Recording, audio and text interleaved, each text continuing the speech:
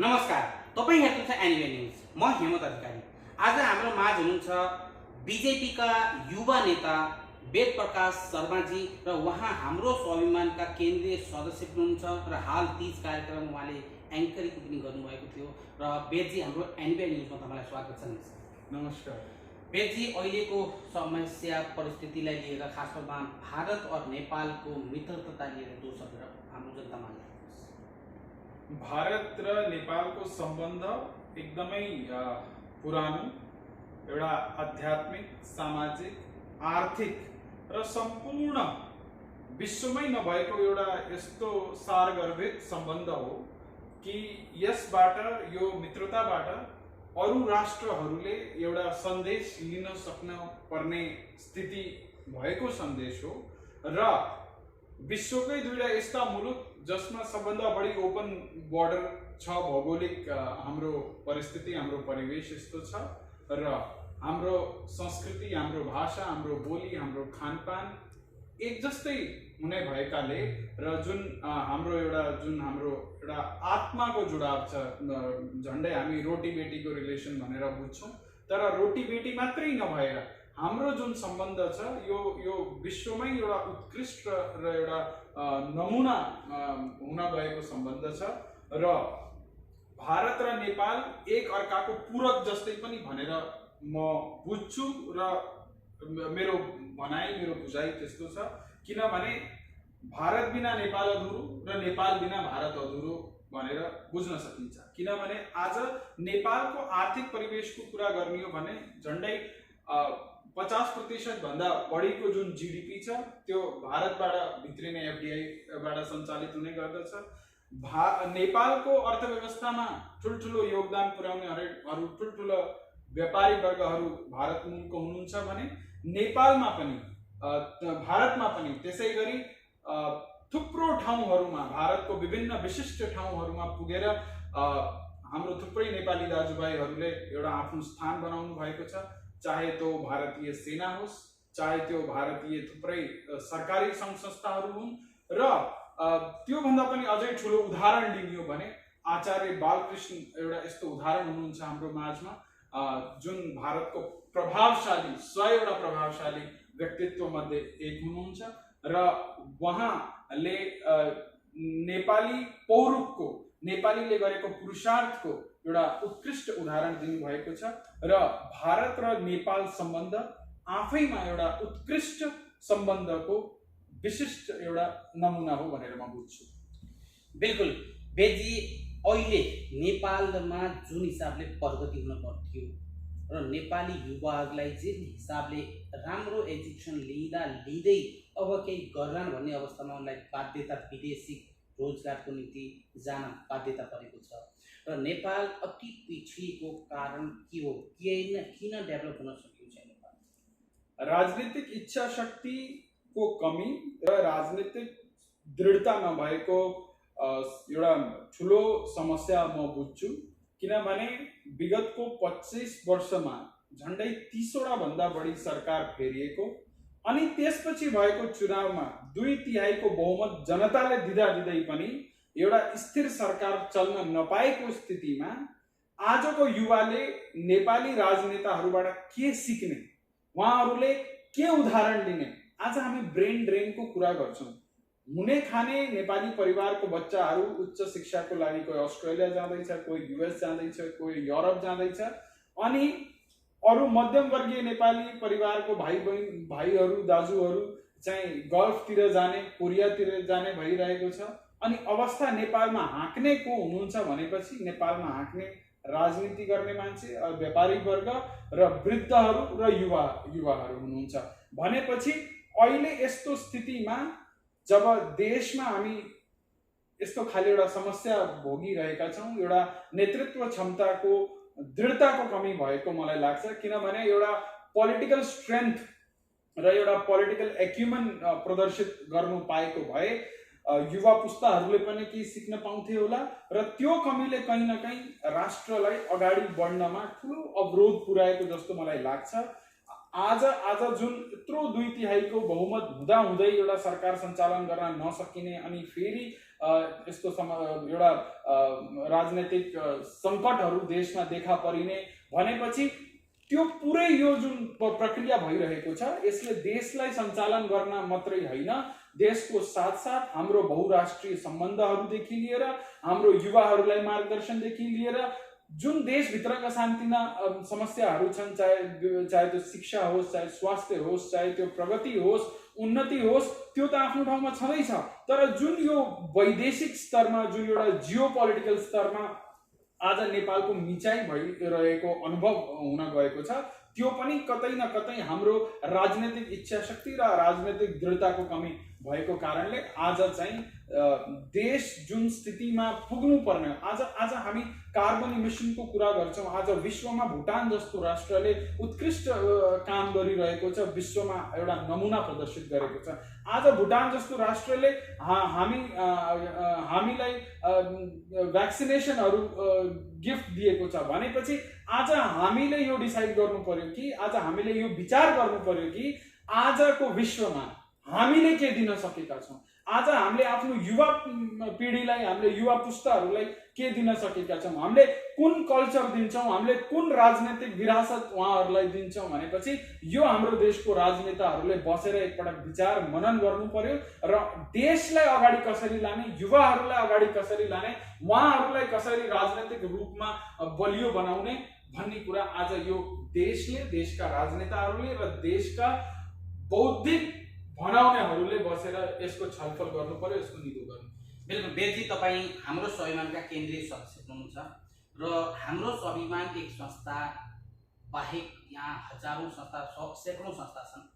100 भन्दा बढी संस्था जो रेकर्डमा छन्, दिल्लीभित्र छन्। भने यी अलग अलग संस्था हुनभन्दा एउटा दुईटा बनाएर समग्र एक छाता मुनि किन हुँदैन यो संस्था? हाम्रो स्वाभिमान को जुन अवधारणा छ त्यस्तै अवधारणा, एउटा छाता संगठनको अवधारणा लिएर हाम्रो आयुर्वेद शिरोमणि आचार्य श्री बालकृष्णज्यू महाराजले एउटा संस्थाको अवधारणा गर्नुभयो, संस्थाको थालनी गर्नुभयो 2013 मा, जसलाई हाम्रो स्वाभिमान भनेर हामी चिन्छौँ। र हाम्रो स्वाभिमानको जुन मूल उद्देश्य हो, भारतमा बस्ने, चाहे त्यो भारतको नेपाली होस् चाहे नेपालको नेपाली होस्, उहाँहरूको माझमा एउटा स्वाभिमान जागरण गर्ने एउटा कार्यक्रम, एउटा सोच र त्यो समाजको युवा पिँढीहरूले आफ्नो संस्कृतिलाई, आफ्नो संस्कारलाई, आफ्नो चिनारीलाई कसरी त्यसलाई गर्वको साथमा लिएर अगाडि बढ्ने। किनभने नेपाली भाषा भनेको भारतको 8औं अनुसूचीको एउटा भाषा मध्ये हो, भारतको राजभाषा मध्ये एउटा हो। अनि त्यो युवाहरूले त्यो भाषामा कुरा गर्दाखेरि, त्यो भाषामा बोल्दाखेरि, आफू नेपाली भएर चिनाउँदाखेरि आफूलाई गाह्रो भएको अनुभव नहोस्, उसले त्यो स्वाभिमानसँग आफ्नो भाषा बोल्नु पाओस्, आफ्नो संस्कृतिलाई अँगालेर अगाडि बढोस् र कहीँ न कहीँ रोकिएको छैन, तर त्यो कहीँ न कहीँ समाजमा अलिकति त्यो नभएको जस्तो अनुभव छ। आज देश, हामी आफ्नो एउटा सामाजिक पहिचानको कुरा गर्छौँ, हामी आज राजनीतिक प्रतिनिधित्वको कुरा गर्छौँ। कहीँ न कहीँ भारतमा समाजले जुन आफ्नो जनसङ्ख्याको अनुपातमा एउटा सामाजिक रेकग्निसन हुनुपर्ने हो, जुन एउटा राजनीतिक प्रतिनिधित्व हुनुपर्ने हो, एउटा जुन ब्युरोक्रेटिक क्षेत्रमा त्यो आफ्नो प्रतिनिधित्व खोज्नुपर्ने हो, त्यो कहीँ न कहीँ गएर हराएको अवस्था पाएको सन्दर्भमा आज समाजलाई कसरी सुरक्षित गर्ने, लोकतान्त्रिक व्यवस्थाभित्र समाजलाई कसरी त्यसको चिनारी बरकरार राख्ने, कसरी युवाहरूको आफ्नो समाज र आफ्नो संस्कृति को बारेमा एउटा स्वाभिमान जागृत गर्ने भनेपछि यो एउटा यस्तो पहल हो कि आचार्य बालकृष्णजीले त्यो एउटा हाम्रो स्वाभिमान भन्ने एउटा विचारलाई समाजको बीचमा ल्याउनु भयो र नेपाली भाषा, नेपाली संस्कृति र नेपालीपनको संवर्धनको लागि, संरक्षणको लागि ल्याइएको यो एउटा यस्तो कार्यक्रम हो कि जुन कुनै पनि देशको सीमाले बाँधिएको छैन, विश्वभरि छरिएका नेपाली दाजुभाइ दिदी बहिनीहरूको संस्कृति, भाषा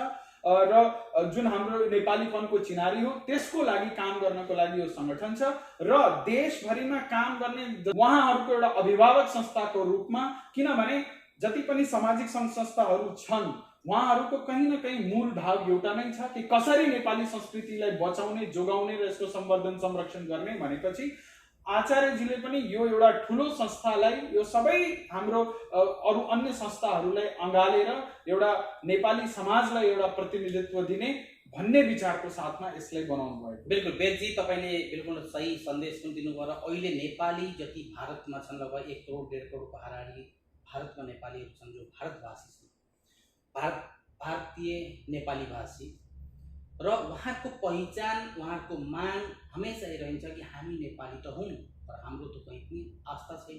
हामी बङ्गालमा छौँ त बङ्गालीमा छौँ, बङ्गाली छौँ, आसाममा छौँ त आसामी छौँ, यदि हामी देहरादुनमा छौँ त देहरादुनको उत्तराखण्डमा छौँ त उत्तराखण्डको हिसाबले छौँ, होइन?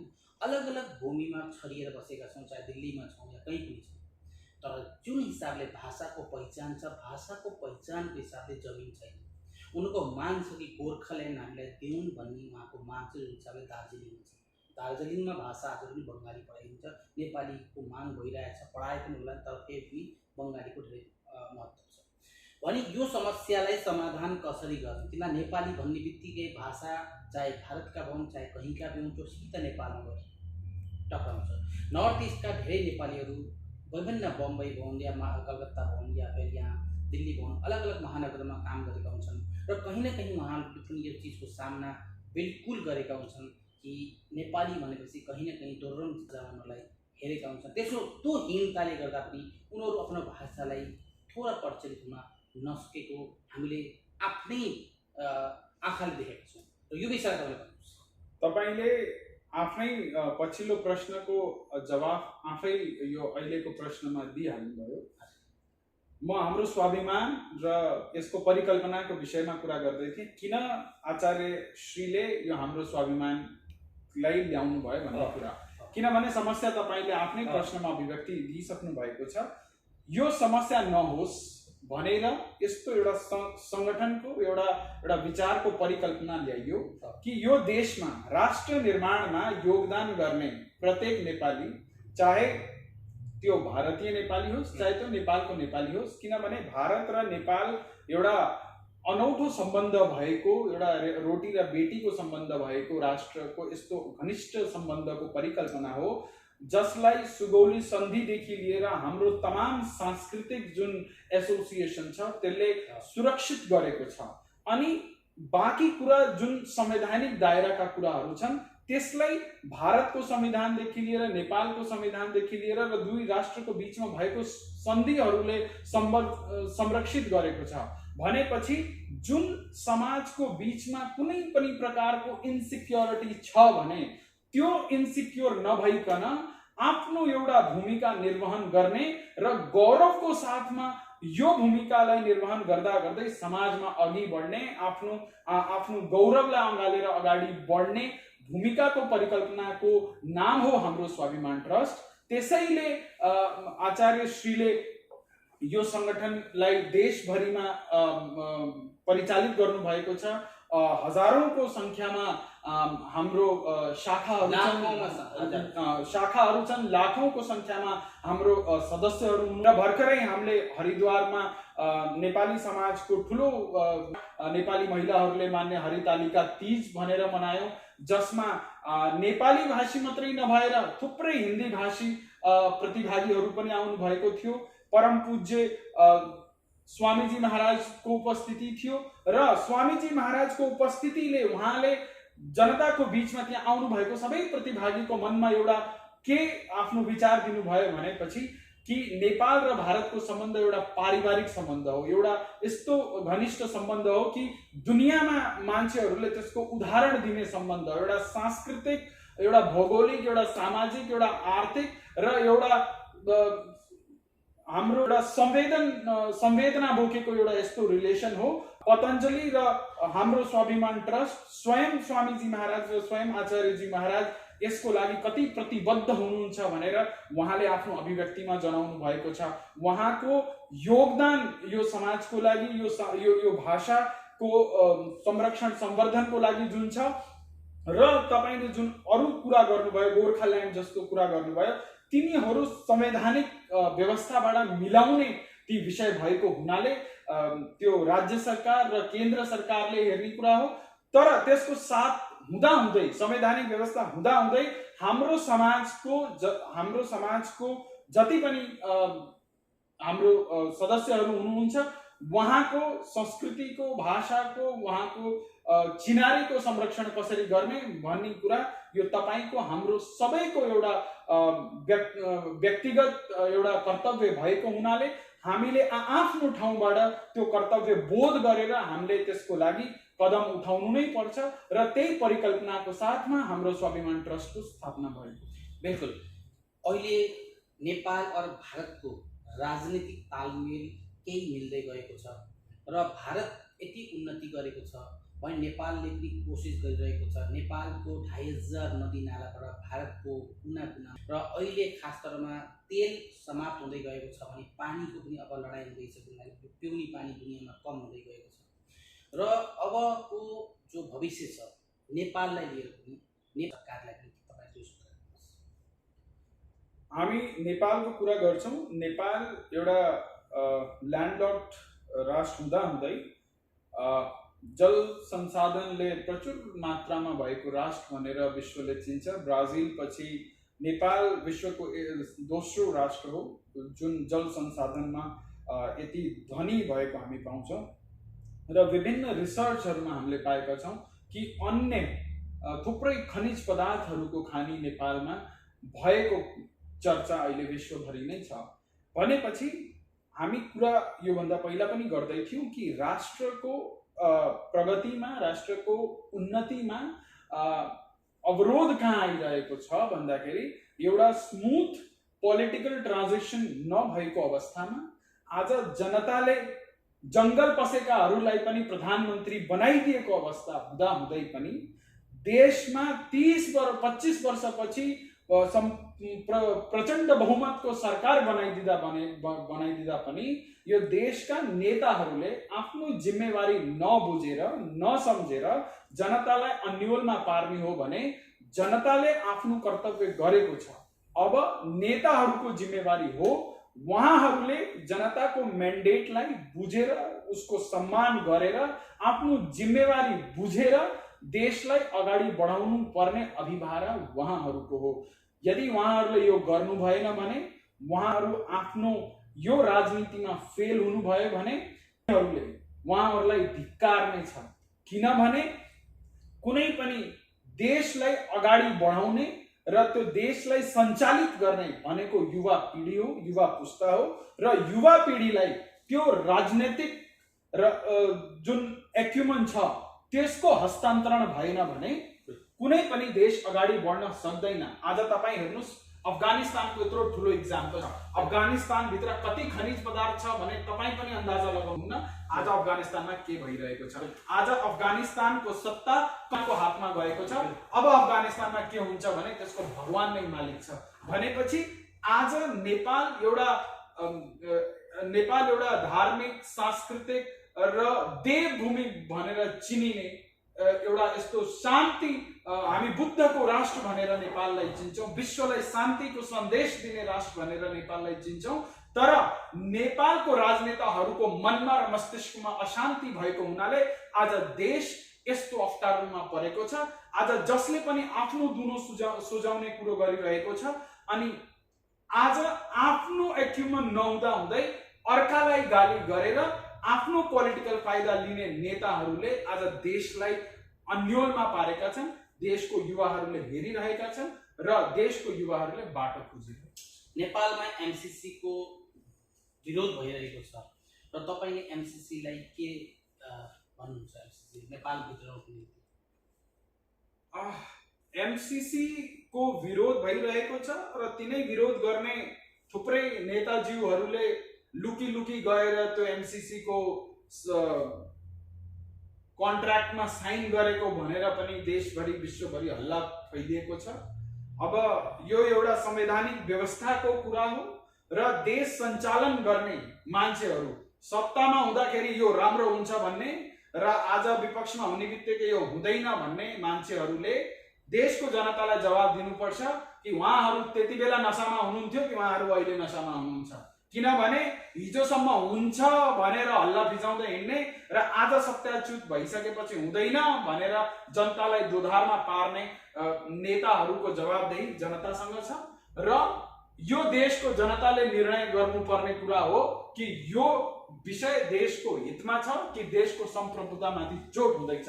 किनभने आज नेपालभित्र अलिकति केही पोलिटिकल तलमाथि हुने बित्तिकै चाहिँ फलानुले गर्यो र ढिकनाले गर्यो भन्दै एउटा राष्ट्रलाई गाली गर्ने जुन परिपाटी आएर एउटा छद्म राष्ट्रवाद भएको छ, आज एमसीसी हुने बेलामा ती नेताहरू चुप लागेर बस्दाखेरि त्यो एकदम एउटा असन्तोषको वातावरण भइरहेको छ र देशको युवाहरू अहिले यस्तो अन्योलको स्थितिमा छ कि हाम्रो देशको नेताहरूले यो देशलाई कता हाँक्न खोज्नु भएको हो भन्ने कुरा अहिले न देशको जनतालाई को बुझाइमा आइरहेको छ न देशको युवाहरूले बुझ्न सकेको छ। भनेपछि देशमा सत्तामा भए या सत्तामा नभएका सम्पूर्ण नेताहरूले एउटा कलेक्टिभ रेस्पोन्सिबिलिटी लिएर यो के गर्ने हो भन्ने एउटा जनतालाई कन्फ्युज नगरिकन जनतालाई अन्योलमा नपारिकन निर्णय लिइदिनु पर्ने भन्ने अठोट छ, मलाई यस्तो लाग्छ। बिल्कुल बेजी, तपाईँले युवाका कुरा गर्नुभयो।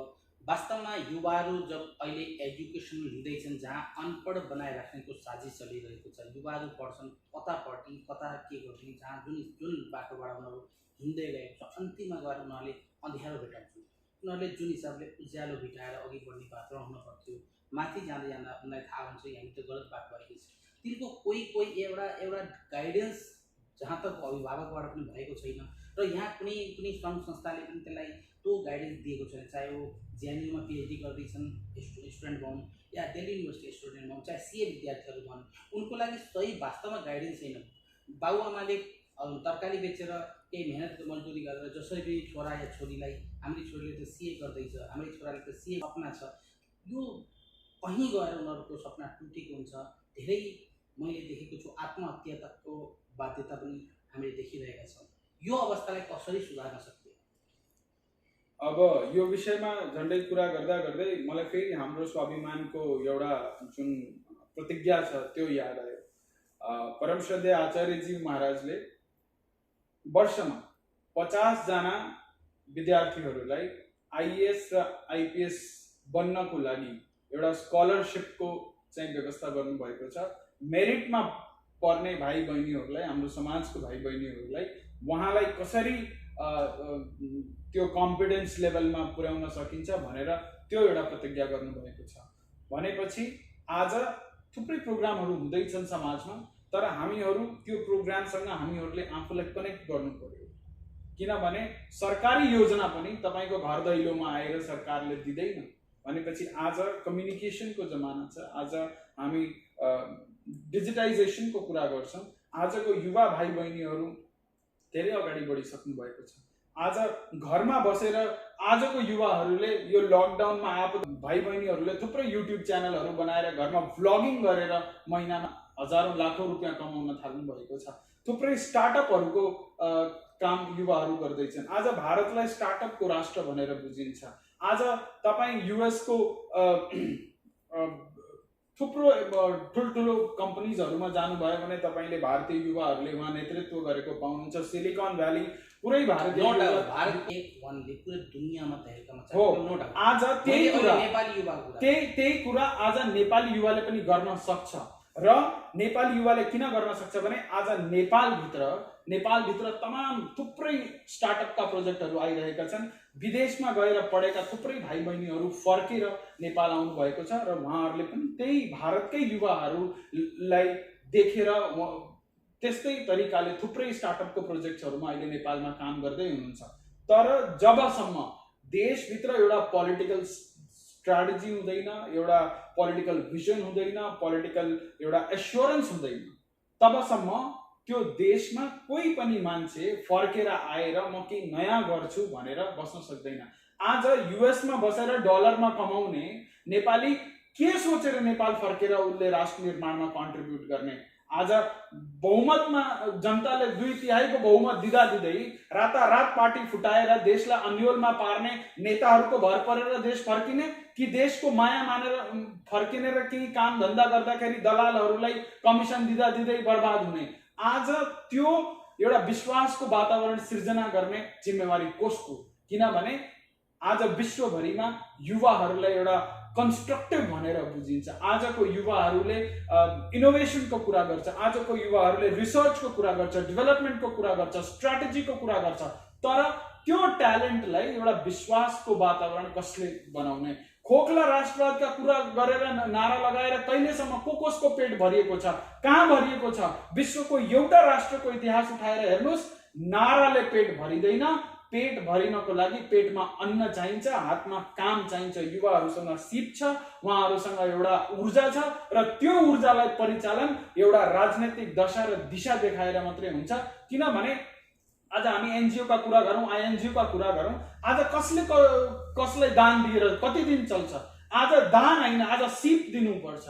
आज हामी डोनेसनका कुरा गर्छौँ। हाम्रो राष्ट्र नेपालमा थुप्रै आइएनजिओ र एनजिओहरू, कबसम्म हामी युरोप र अमेरिकी सङ्घ संस्थाहरूको डोनेसनले देशलाई चलाउने?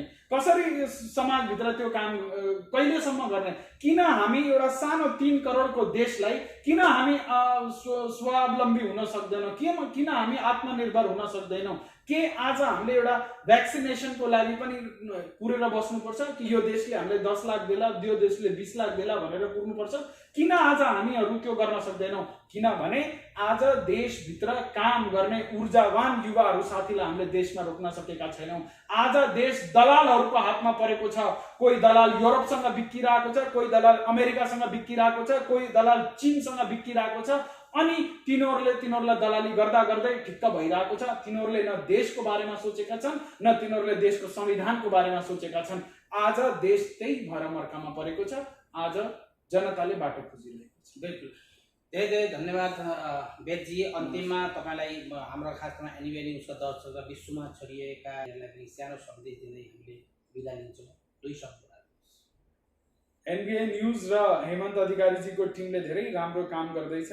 उहाँहरूले नेपाली समाजमा भारतभरि मात्रै नभएर विश्वभरि नेपाली भाषालाई, नेपाली संस्कृतिलाई र नेपालीपनलाई माया गर्ने सबै मान्छेलाई अँगाल्ने र उहाँहरूको विचार देशभरिमा पुर्याउने प्रयास गर्दै हुनुहुन्छ। धेरै धेरै धन्यवाद तपाईँ र तपाईँको टिमलाई। यहाँ हुनुहुन्थ्यो वेद प्रकाश शर्माजी, भारतीय जनता पार्टीका युवा नेता र हाम्रो स्वाभिमानका केन्द्रीय सदस्य, र हामीले उहाँलाई फेरि बोलाउने बाचासहित अहिले हामीले बिदा लिन्छौँ। हस्त नमस्कार।